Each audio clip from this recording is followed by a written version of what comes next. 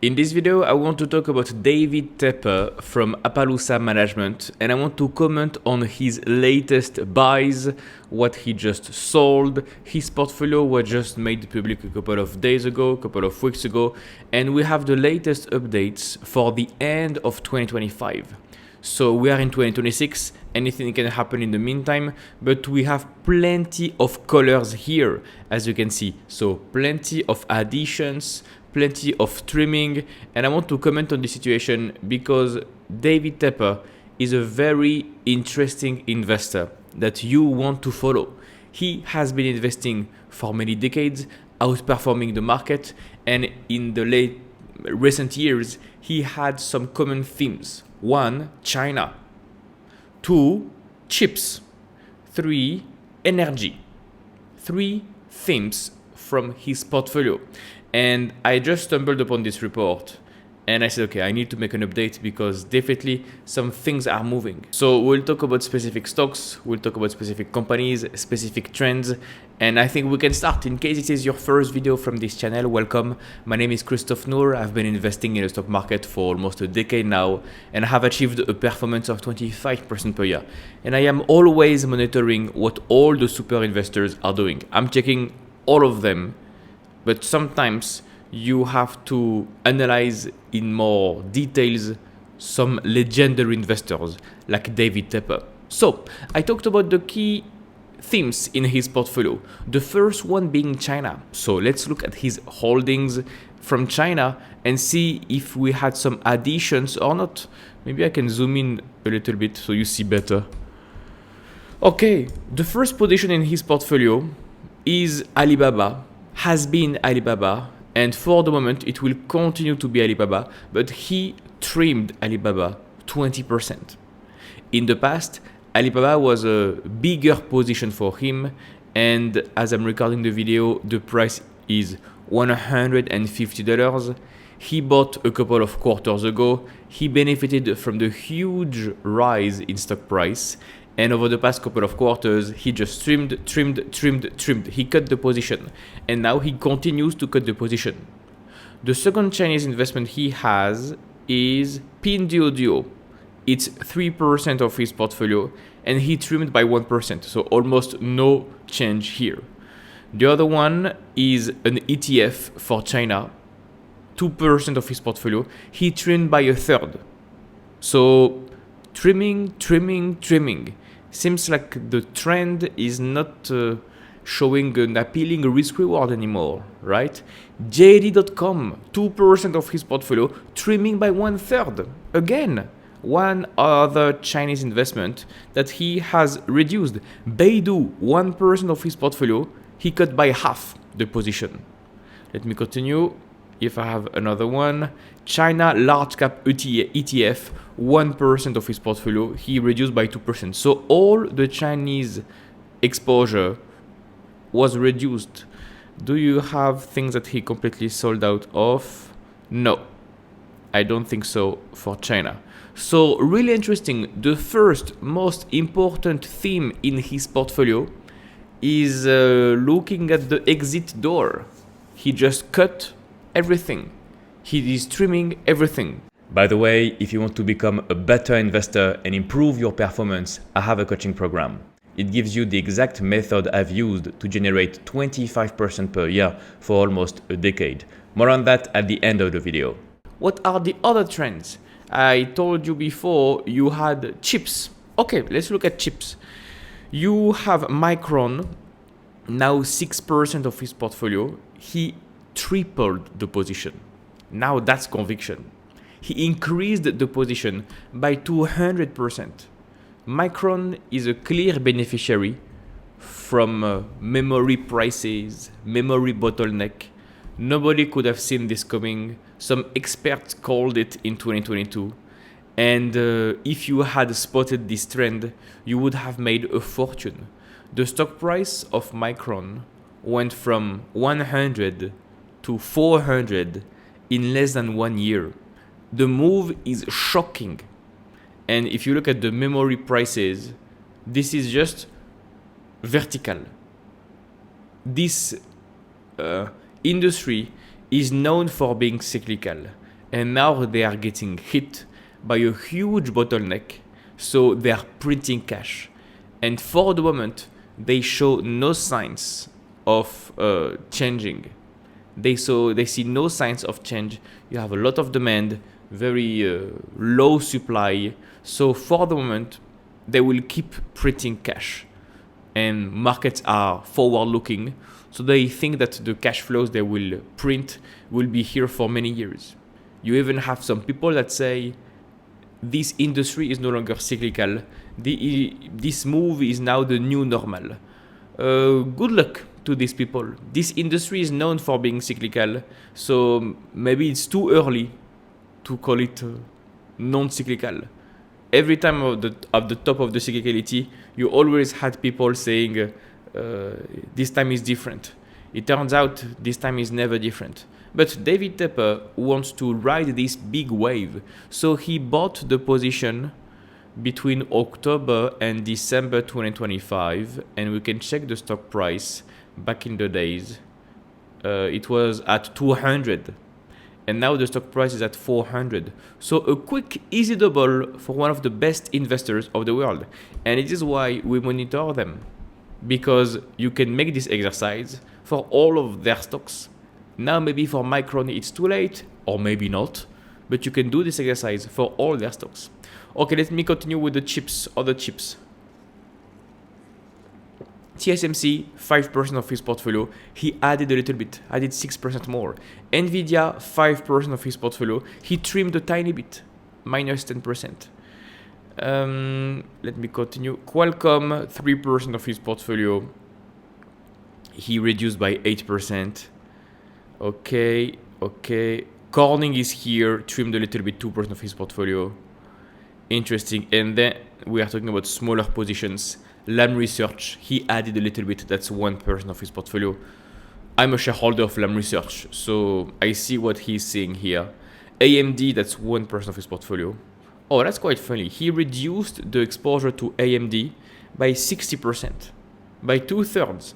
So he has less conviction in AMD than for Micron by a lot. He trimmed a little bit of ASML, and I believe that's pretty much it. Did he exit some full positions? No, small positions. No. Okay, so in terms of chips, the big move is Micron, let's be honest. And TSMC is still a core holdings.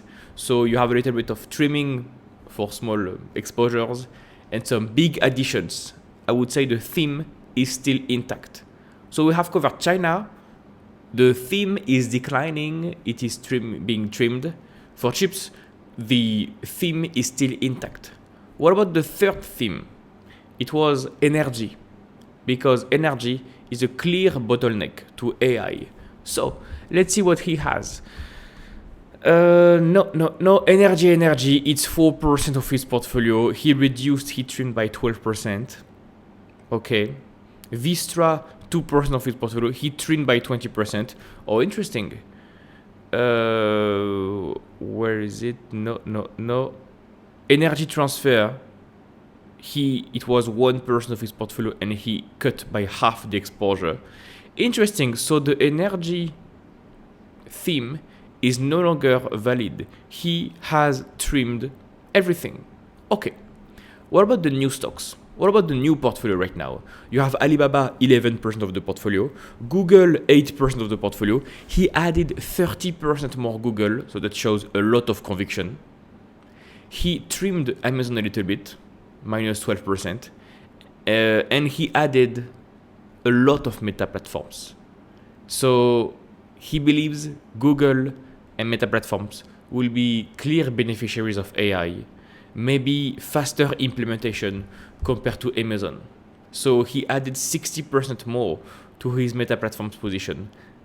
I mean, we just saw that Bill Ackman, the legendary investor, just bought meta platforms, maybe for the first time. So pretty interesting to see all the super investors buying more meta platforms. And then you have TSMC, 5% of his portfolio, Nvidia, 5%, Whirlpool. Oh, that's funny, right? Last couple of quarters, Whirlpool was a big position for him.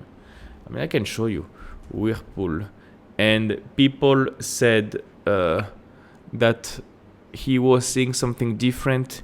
He made Whirlpool a huge position in his portfolio, like 5 or 6%, like Micron right now. And then now he's trimming 1/3. So what is happening with Whirlpool? Is it a short-term trade? I suppose yes. Last time he bought was in summer 2025. It was around here at $80. And he trimmed here for $80. So almost no gains. Maybe he was here for a short-term trade that never happened, or maybe a tiny bit of a recovery. I did not understand the buy behind Whirlpool. I made a video 3 months ago covering his portfolio, saying I don't understand at all what he's doing right now, and I'm glad he's trimming. Next, you have some energy play. Microsoft, a little bit of an addition. I will be very surprised if... I will be very curious to see the next quarter, now that Microsoft is down a lot, to see all the super investors buying Microsoft. Microsoft is down to April lows, to Liberation Day lows 1 year ago. So it's a good opportunity to buy Microsoft. You have a resilient AI play. Then he's buying American Airlines. Frankly, I see no reasons to buy American Airlines. I'm putting this trade in the same category as Whirlpool. You have potentially some short-term moves because of revenue reacceleration, but the business is not famous for being shareholder friendly. So not a fan of this. Pinduoduo is 3%. Many investors are moving out of Pinduoduo, by the way. We will see. Qualcomm, nothing. And he just bought an index of Korea. Now close your eyes. You can now open your eyes. Look at this beautiful trend of the Korean index. Nobody is talking about Korea. Nobody is following what is happening in Korea. But strangely enough, if you have a memory shortage and you have SK Hynix and Samsung from Korea, and Samsung and SK Hynix are doubling in stock price, it will change the mood for Korea. So you can check what is happening for SK Hynix, a chip company from Korea. Look at this on a... Let me show you the website in English. On a 1 year move, plus 400%, 5 year move, skyrocketing from Korea. And then you have Samsung. Here, look at the stock price of Samsung. Let me put the website in English so you see better. Over 1 year, plus 200%. So half tripled is crazy. And over the past 5 years, look at the stock chart, it's absolutely crazy. I was following Samsung back in the days when the stock was down in the late 2024 period because of capex and deceleration of growth. And at the time, people were quite bearish for Samsung.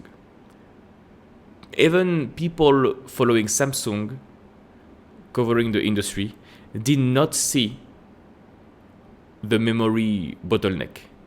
So for all the people that have missed out on Micron, Samsung, SK Hynix, all these chips, because now everything is going up and to the right, it's okay, guys.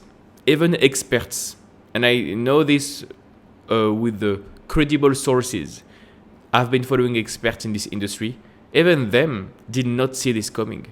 A few people were talking about this, but not the majority at all. It's quite shocking what we have for Korea right now. It's quite shocking what we have for memory prices. I mean, you can look at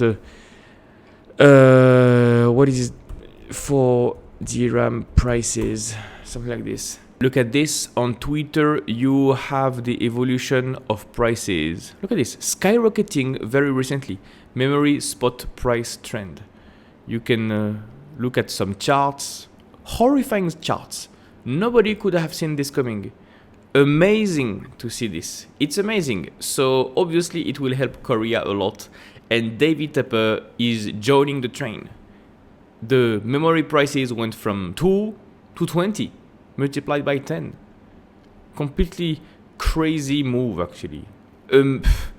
This is phenomenal, and I would not bet on this trend to continue. I'm not a chip expert. I'm not a memory expert. So personally, if I had some shares, I would sell all, because you have other stocks that went down that have better risk reward. Because nobody knows if this cycle will turn. And nobody knows when this cycle will turn. If or when, call it whatever you want. But I mean, the only question you need to ask if you invest in Micron, in SK Hynix, Samsung is this chart. Can it continue? This is it. If this trend goes down a little bit, the stocks with memory prices will go down a lot, because the momentum will fade away and it will be ugly for all the people that are buying at the top. But there can be another scenario. What if they continue to double again? What if this price goes from 20 to 30, 35, 40, 45? And I'm not personally comfortable making this bet. So I will not touch Micron. I will not touch this kind of stocks. But it's kind of funny to see super investors joining the train, joining the wagon, and buying an index in Korea, buying Micron. They are taking the decision. They are making a bold bet here. So congratulations to them.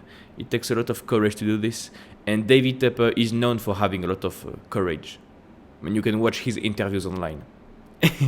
Especially the interviews regarding China. Okay, I can quote him. What is your hedge? My hedge is I don't care. It's a literal quote from David. So wonderful. Okay, let me continue. You have Vistra down a little bit. Uber Technology, now we are talking about small positions. That's 2%. It will not move the needle. Corning, flat. Deutsche Bank, decreasing. JD.com, he is increasing his position in Owens Corning. And then weapons, flat. Weapons, flat. He is not touching the weapons investments. Beidou, cut in half. Mohawk Industries, increasing to 1%. Now we are talking about speculative plays. And can I note some things? UNH, that was really famous and trendy a couple of months ago. He did not touch his position, and that's only 1% of his portfolio. What else? He just bought a new stake in Ball Corp. Let me check. What is Ball Corp? Largest metal can manufacturer. Okay. Very boring play. The stock is on an all-time high. So it's about disruption, commodities. Okay. Could be interesting. And now let's see the kind of things he has sold. Because he recently sold out of a few companies. The first one being Pfizer. A couple of months ago, Pfizer was trendy online. The stock was going down. And plenty of value investors jumped to buy Pfizer. It turned out Pfizer is a fraud. It turned out they will have problem with the SEC, with the regulators, because they cheated on their numbers. They fired the CEO, they changed their guidance. It's a bloodbath. It's a bloodbath. So typical value trap. And some value investors will be doubling down because they still think it's a great business. Okay, some investors will leave and buy other things that are safer. Both directions are correct depending on your risk tolerance. David Tepper is out, completely out of Pfizer. Since the stock collapsed in October 2025, the stock has not rebounded whatsoever. Maybe it's a value trap, but maybe it's not good to invest in Pfizer right now that you know it's a fraud. In terms of risk, it's not for everybody. It has become much more risky to touch Pfizer. So he completely sold out of the position. Tourist Financial, it was a small position, he sold out. Caesars Entertainment sold out. K-Corp sold out. Citizen Financial Group. So small regional banks, he's out. Okay, block, and these are irrelevant buys. Okay, so a lot of holdings, a lot of moves. China is trimmed. Energy is trimmed. Chips is still a theme that is intact. He is buying into memory chips. He's buying into Korea and Micron. So he is really bullish on memory prices to go up again. He is doing this bet. He's making this bet that memory prices will stay up and continue to go up, so these companies will print cash. It's a really interesting quarterly report, and I'm looking forward to seeing what he will do next. If you like this content and you want to go deeper, I have a coaching program. In this program, you will learn my strategy to generate 25% annual returns. You will learn how to find winning opportunities. You will learn how to properly value any stock, when to buy, when to sell, so that you can build a strong portfolio filled with great companies. Additionally, inside this coaching program, you will have access to an exclusive community of like-minded investors, and also you will have my personalized guidance to reach your investing goals. Click the first link in the description to get more information. You will get a video that explains how everything works completely for free. No need for your email address, just click the link in the description and I'll see you on the other side.